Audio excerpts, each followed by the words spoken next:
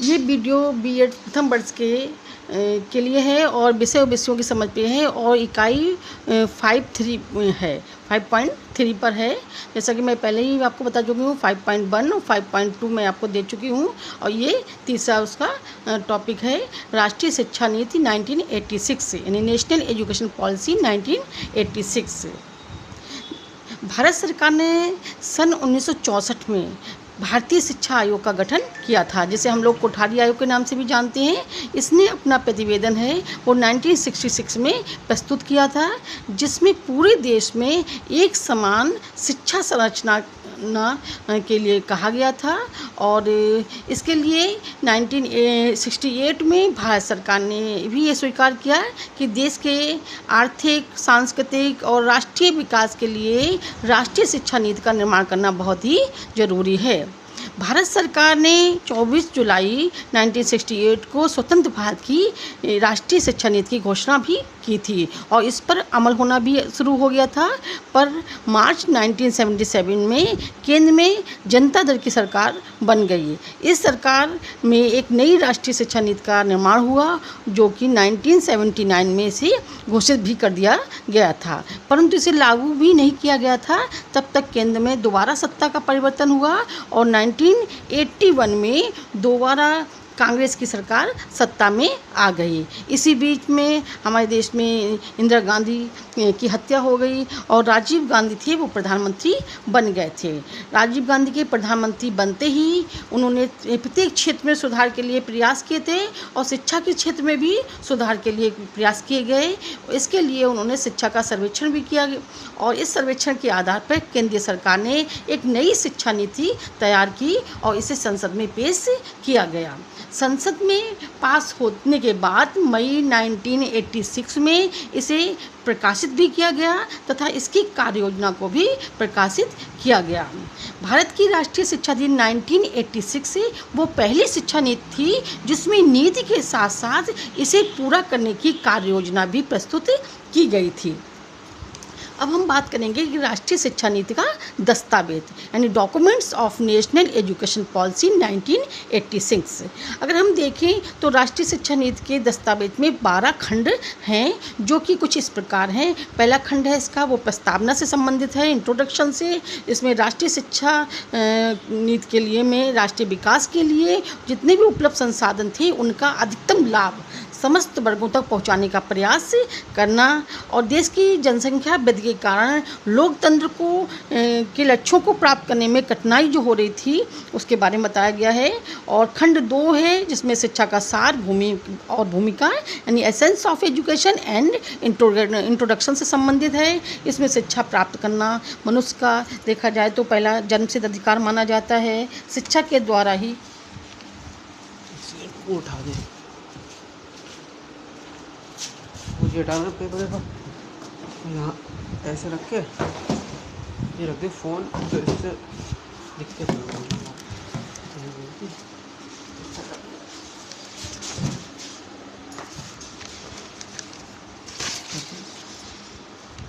मनुष्य के विभिन्न गुणों का विकास होता है और वह प्रजातांत्रिक लक्ष्यों को प्राप्त कर पाता है। अतः मानवीय विकास के लिए शिक्षा को एक अत्यंत उत्तम साधन माना गया है। अब इसमें खंड 3 है जो राष्ट्रीय प्रणाली यानी नेशनल सिस्टम से संबंधित है, जिसमें बताया गया है कि शिक्षा की राष्ट्रीय प्रणाली से क्या आशय है। राष्ट्रीय प्रणाली से ये आशय होता है कि एक समान शिक्षा संरचना पूरे देश में लागू हो और संपूर्ण देश में 10+2+3 शिक्षा संरचना को स्वीकार कर लिया गया है। इसमें प्रथम है वो 10 वर्षीय शिक्षा है और 5 वर्षीय प्राथमिक शिक्षा जिसमें और 3 वर्षीय है वो उच्च प्राथमिक शिक्षा और 2 वर्षीय इसमें हाई स्कूल शिक्षा की व्यवस्था की गई है। +2 पर इंटरमीडिएट शिक्षा की व्यवस्था की गई है और +3 पर स्नातक शिक्षा की व्यवस्था की गई है। इस प्रकार प्रत्येक स्तर पर दी जाने वाली शिक्षा का न्यूनतम स्तर भी इसमें निर्धारित किया गया है। इसीलिए शिक्षा व्यवस्था को 10+2+3 के नाम से भी जानते हैं। समानता के लिए शिक्षा चौथा खंड इसमें था, समानता यानी एजुकेशन फॉर इक्वलिटी। इसमें शिक्षा के लिए ये बताया गया कि समान जो अवसर हैं वो उपलब्ध कराए जाएंगे। महिलाओं की स्थिति को सुधारने के लिए भी प्रयास किए जाएंगे। महिलाओं की स्थिति में परिवर्तन लाने के लिए शिक्षा का प्रयोग एक साधन के रूप में किया जाएगा। बालिकाओं की अशिक्षा के कारणों का पता लगाकर उन्हें दूर करने का भी प्रयास किया जाएगा। खंड 5 है जो वो विभिन्न स्तरों पर शैक्षिक पुनर्गठन से संबंधित है। Education structuring of various level. इसमें बताया गया है कि जैसे प्रारंभिक शिक्षा के विकास के लिए 14 वर्ष तक के बच्चों का प्रवेश विद्यालय में किस तरह से उनका ठहराव हो, और शिक्षा की गुणवत्ता में सुधार, बाल केंद्रित शिक्षा किस प्रकार की होनी चाहिए, शारीरिक दंड की मनाही और ब्लैक बोर्ड शिक्षा योजना को भी इसमें लागू किया जाएगा। इस शिक्षा योजना में ये भी बताया गया है इस खंड में कि उच्च शिक्षा के लिए उच्च शिक्षा संस्थाओं में किस प्रकार से समन्वय स्थापित किया जाएगा। यूजीसी शिक्षा के स्तरों पर निगरानी रखने के लिए समन्वय पद्धतियां भी बनाएगी और शिक्षण विधियों को बदलने का भी प्रयास होगा तथा अनुसंधान के लिए आर्थिक सहायता भी प्रदान की जाएगी। खंड 6 है वो तकनीकी और प्रबंध शिक्षा से संबंधित है। टेक्निकल एंड मैनेजमेंट एजुकेशन है, उससे संबंधित है। तकनीकी और प्रबंध शिक्षा का पुनर्गठन करते समय वर्तमान और भविष्य इन दोनों ही परिस्थितियों को ध्यान में रखा जाएगा। इसमें ये भी कहा गया है कि ग्रामीण क्षेत्रों में महिलाओं, आर्थिक और सामाजिक रूप से कमज़ोर तथा विकलांगों के लिए भी तकनीकी शिक्षा लाई जाएगी, जिससे पूरे देश में तकनीकी विकास संभव हो सके। खंड 7 है वो शिक्षा व्यवस्था का क्रियान्वयन है। इसमें इम्प्लीमेंटेशन ऑफ एजुकेशन उससे संबंधित है। इसमें सभी अध्यापकों की जवाबदेही को निश्चित किया जाएगा। अध्यापकों के लिए उत्तरदायित्व, छात्रों के लिए सही आचरण पर बल और शिक्षण संस्थाओं को अधिक सुविधाएं देना और राज्य स्तर पर निश्चित किए गए मानकों के अनुसार शिक्षण संस्थाओं के मूल्यांकन की व्यवस्था करनी होगी। खंड 8 है वो शिक्षा की विषय वस्तु और प्रक्रिया से संबंधित है। To give a new dimension to the content and process of education. इसमें बताया गया है कि शिक्षा के पाठ्यक्रम और प्रक्रियाओं को सुदृढ़ किया जाएगा, मजबूत बनाया जाएगा। पुस्तकों की गुणवत्ता में भी सुधार लाया जाएगा और स्वाध्याय तथा रचनात्मक लेखन को भी प्रोत्साहित किया जाएगा। और जो पुराने पुस्तकालय हैं उनमें सुधार किया जाएगा और जो नए पुस्तकालय हैं उनकी भी स्थापना पर बल दिया जाएगा। खंड 9 है वो अध्यापक से संबंधित है। अध्यापक यानी टीचर। इसमें अध्यापक के जीवन स्तर को सुधारने पर बल दिया गया है कि अध्यापक के वेतन और सेवा शर्तों में सुधार किया जाएगा, जिससे कि प्रतिभाशाली और योग्य लोग हैं वो शिक्षा की ओर आकर्षित हो सकें। खंड 10 है वो शिक्षा का प्रबंध से संबंधित है, मैनेजमेंट ऑफ एजुकेशन। इसमें शिक्षा की योजना तथा प्रबंध प्रणाली में परिवर्तन को प्राथमिकता दी जाएगी और साथ ही साथ दीर्घकालीन योजना बनाने के लिए, शिक्षा का विकेंद्रीकरण करने के लिए और शिक्षण संस्थाओं में स्वतंत्रता की भावना का विकास करने के लिए योजना और प्रबंध में महिलाओं की भागीदारी को भी बढ़ाया जाएगा। खंड 11 है वो संसाधन की समीक्षा से संबंधित है, रिसोर्स एंड रिव्यू। इस शिक्षा नीति को लागू करने के लिए बताया गया है कि एक बड़ी धनराशि की आवश्यकता होगी और प्रत्येक प्रस्तावित कार्य के लिए अनुमानित धनराशि की व्यवस्था है, या तो दान से की जाएगी या उपहार या शुल्क से होगी। खंड 12 भविष्य है, फ्यूचर से संबंधित है। इसमें 100% साक्षरता के लक्ष्य को प्राप्त करना होगा, ये इसका लक्ष्य रखा गया है। अब हम बात करेंगे शिक्षा का दस्तावेज यानी कार्य योजना, work plan of the documents of 1986 education policy. जैसा कि मैं पहले ही बता चुकी हूँ कि नीति के साथ साथ ये पहली शिक्षा योजना है जिसमें कि इसकी कार्य योजना को भी साथ में प्रकाशित किया गया है। मई 1986 में राष्ट्रीय शिक्षा नीति की घोषणा की गई थी और नवंबर 1986 में इसकी कार्य योजना नामक दस्तावेज को भी प्रकाशित साथ में किया गया है। ये कार्य योजना 24 खंडों में बटी हुई है, जो कि कुछ इस प्रकार है। पहला खंड है जिसमें है पूर्व बाल्यावस्था एवं शिक्षा अर्ली चाइल्डहुड एंड एजुकेशन। इसमें बालक के जन्म से लेकर 6 वर्ष तक उसके स्वास्थ्य की देखभाल करना, पूर्व बाल्यावस्था में स्वास्थ्य एवं पोषण को जोड़ना और इस संबंध में आवश्यक संसाधनों की व्यवस्था करने के लिए अलग से धनराशि की व्यवस्था करने के लिए संकल्प लिया गया है। खंड 2 है, उसमें प्राथमिक शिक्षा और ऑपरेशन ब्लैक बोर्ड यानी primary education and operation black board इसको शामिल किया गया है। इसमें बताया गया है कि प्राथमिक शिक्षा को सर्वसुलभ और बनाने के लिए 1 किलोमीटर की दूरी के अंदर प्राथमिक विद्यालय और 3 किलोमीटर की दूरी के अंदर उच्च प्राथमिक स्कूलों की स्थापना की बात की गई है। अर्थात प्रत्येक बच्चे के घर से जो विद्यालय की दूरी है वो इसी प्रकार रहेगी। साथ ही प्रत्येक प्राथमिक विद्यालय में कम से कम 2 बड़े कमरे, 1 बरामदा, 2 शिक्षक, ब्लैक बोर्ड और फर्नीचर देने की योजना भी बनाई गई है। खंड 3 है, वो माध्यमिक शिक्षा के प्रसार से संबंधित है।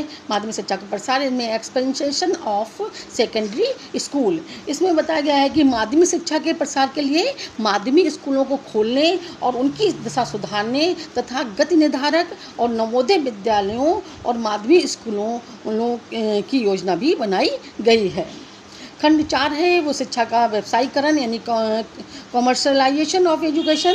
इसमें कार्यानुभव पर बल दिया गया है कि कार्यानुभव पर बल देते हुए इसमें +2 स्तर पर विभिन्न प्रकार के व्यावसायिक पाठ्यक्रम तैयार करने और पिछड़े बालकों के लिए विशेष व्यावसायिक संस्थान स्थापित करने की योजनाओं को प्रस्तुत किया गया है। खंड 5 है, उच्च शिक्षा संबंधित है। उच्च शिक्षा यानी हायर एजुकेशन। उच्च शिक्षा का स्तर ऊंचा उठाने और छात्रों के प्रवेश के लिए प्रवेश परीक्षा कराना तथा पाठ्यक्रमों में सुधार करना, उपयुक्त संसाधन उपलब्ध कराना और योग्य शिक्षकों की व्यवस्था करने की रूपरेखा इसमें प्रस्तुत की गई है। खंड 6 है, वो दूरस्थ शिक्षा और खुला विश्वविद्यालय से संबंधित है। Distance education and open university. इसमें इग्नू के कार्यक्रमों को विस्तार देने के लिए और नए मुक्त विश्वविद्यालयों की स्थापना करने के कार्यक्रम को प्रस्तुत किया गया है। खंड 7 है, उसमें ग्रामीण संस्थान एवं विश्वविद्यालय संबंधित है। Rural institution and university. इसमें केंद्रीय ग्रामीण संस्थान परिषद यानी central council of rural institution का गठन करने और ग्रामीण संस्थानों तथा विश्वविद्यालयों का पुनर्गठन करने तथा कुछ संस्थानों को स्वायत्तता प्रदान करने की भी रूपरेखा प्रस्तुत की गई है। खंड 8 है, वो प्रबंध एवं तकनीक से संबंधित है। Management and technical education. इसमें अखिल भारतीय तकनीकी शिक्षा परिषद तथा राज्यों के तकनीकी शिक्षा बोर्डों को मजबूत बनाने और कुछ प्रबंध तथा तकनीकी संस्थाओं को स्वायत्तता प्रदान करने तथा इस क्षेत्र में सतत शिक्षा की योजना को प्रस्तुत किया गया है। और खंड 9 है, वो प्रणाली का कार्यान्वयन यानी कि इम्प्लीमेंटेशन ऑफ सिस्टम से संबंधित है। इसमें शिक्षण संस्थाओं के प्रशासन, शिक्षकों के लिए शैक्षिक योग्यता को निर्धारित करना तथा छात्रों की कार्य प्रणाली में सुधार करना और शिक्षण संस्थाओं के मूल्यांकन के संबंध में योजना की रूपरेखा को प्रस्तुत किया गया है। खंड 10 है, रोजगार की उपलब्धता संबंधित है। Availability of employment. इसमें राष्ट्रीय परीक्षण सेवा को शुरू करना निश्चित किया गया है। साथ ही क्षेत्र विशेष के रोजगार प्राप्त करने के लिए क्षेत्र विशेष के राष्ट्रीय परीक्षण में पास होना भी जरूरी बताया गया है। खंड 11 है, वो शोध और विकास से संबंधित है। Research and development. इसमें उच्च शिक्षा के पाठ्यक्रमों को व्यापक बनाने के लिए, शोध केंद्रों में सुधार करने के लिए, शोध के लिए प्रतिभाओं को खोजने और कार्यरत शिक्षकों में अनुसंधान को अधिक से अधिक जो है अवसर उपलब्ध कराने की बात भी कही गई है। खंड 12 है, वो स्त्री शिक्षा यानी वुमेन एजुकेशन से संबंधित है। इसमें बालिकाओं के लिए अलग से स्कूल तथा महाविद्यालय खोलने और बालिकाओं के लिए छात्रवृत्तियों की व्यवस्था करने तथा महिला शिक्षिकाओं की नियुक्ति में वरीयता देने की योजना को प्रस्तुत किया गया है। खंड 13 है, उसमें अनुसूचित जाति, जनजाति और पिछड़े वर्ग के बच्चों की शिक्षा संबंधित है। Education of SC, ST and backward classes of children. इसमें उन सभी वर्गों के लिए विद्यालय खोलने और इन बच्चों को छात्रवृत्तियाँ उपलब्ध कराने और इनके लिए छात्रावासों की व्यवस्था करने और इन जातियों के शिक्षकों की ही नियुक्ति करने की रूपरेखा को बनाया गया है। खंड 14 है, वो अल्पसंख्यकों की शिक्षा व्यवस्था से संबंधित है। Arrangement of education for minority. इसमें अल्पसंख्यकों के क्षेत्रों में स्कूल और पॉलिटेक्निक महाविद्यालयों को खोलने की बात की गई है। साथ ही शिक्षकों को प्रशिक्षित करने और अल्पसंख्यक वर्ग की बालिकाओं की शिक्षा संबंधी योजना को भी प्रस्तुत किया गया है। खंड 15 है, ये विकलांगों की शिक्षा से संबंधित है। Education for handicapped. इसमें जिला स्तर पर विकलांग बच्चों की जानकारी के लिए सेवाएं प्रारंभ करने की तथा विकलांगों की शिक्षा की उपयुक्त व्यवस्था करने की रूपरेखा को बनाया गया है। खंड 16 है, वो पौण शिक्षा एडल्ट एजुकेशन से संबंधित है। इसमें पौण शिक्षा की व्यवस्था करने के लिए गाँवों में पौण शिक्षा केंद्रों की स्थापना करने पर बात की गई है और साथ ही पुस्तकालयों की स्थापना करने के लिए भी कहा गया है, जिससे कि पौण है वो लाभ उठा सकें। खंड 17 है, वो स्कूली शिक्षा की विषय वस्तु से संबंधित है। Subject matter of school education. इसमें स्कूली शिक्षा की विषय वस्तु और प्रक्रिया को सही तरह से चलाने के लिए राष्ट्रीय पूर्व पाठ्यक्रम और पाठ्य पुस्तकों में सुधार की बात की गई है। खंड 18 है, वो परीक्षा प्रणाली और मूल्यांकन से संबंधित है। Examination system and evaluations. इसमें कक्षा 10 और 12 के अंत में बाह्य परीक्षाएं कराने, कृपांक प्रणाली यानी ग्रेस प्रणाली सिस्टम है वो अपनाने के लिए और नकल विरोधी कानून बनाने की भी योजना प्रस्तुत की गई है। खंड 19 है, वो स्वास्थ्य शिक्षा और युवा से संबंधित है। Health education and youth. इसमें शिक्षा में स्वास्थ्य शिक्षा तथा खेलों को शामिल करने की बात की गई है। और खंड 20 है, वो भाषा से संबंधित है। लैंग्वेज। इसमें आधुनिक भारतीय भाषाओं का विकास करने और राष्ट्रभाषा हिंदी को ही संपर्क भाषा के रूप में विकसित करने के लिए आर्थिक सहायता प्रदान करने की बात की गई है। खंड 21 है, वो सांस्कृतिक कार्यक्रम से संबंधित है। Cultural programme. इसमें सांस्कृतिक कार्यक्रमों को ही पाठ्यचर्या में स्थान देने तथा महत्वपूर्ण एक अंग के रूप में इन सांस्कृतिक कार्यक्रमों को स्वीकार करने की बात की गई है। खंड 22 है, वो दृश्य श्रव्य सामग्री यानी ऑडियो विजुअल एड्स से संबंधित है। इसमें शिक्षा में रेडियो है, टेलीविज़न है, कंप्यूटर है, ओवरहेड प्रोजेक्टर है, इसका प्रयोग करने की योजना प्रस्तुत की गई है।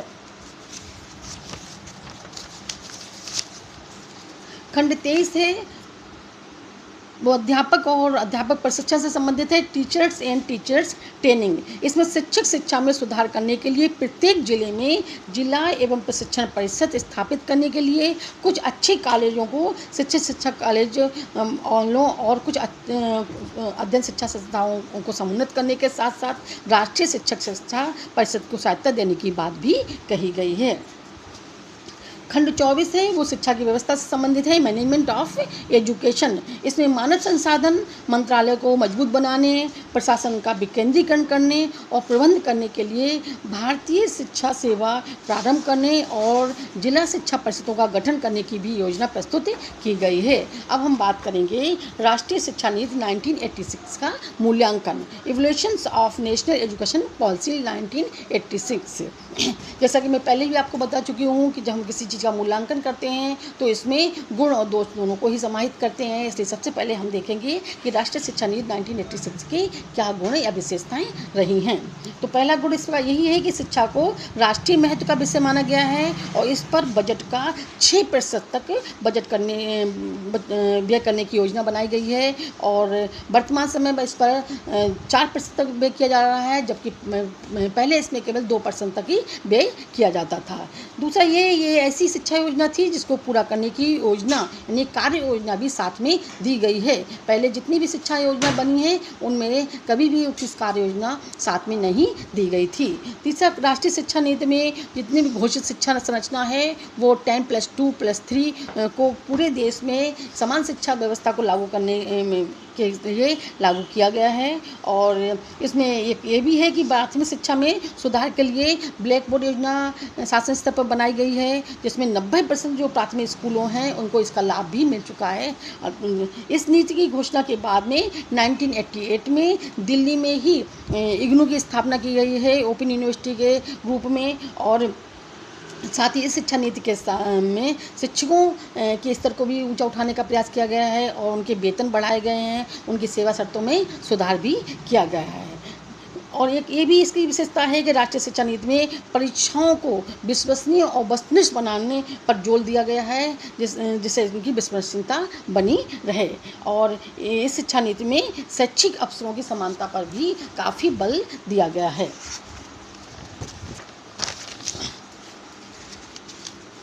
अब हम इसके दोषों के बारे में बात करते हैं कि राष्ट्रीय शिक्षा नीति 1986 की क्या डिमेरिट्स रही हैं या क्या दोष रहे हैं।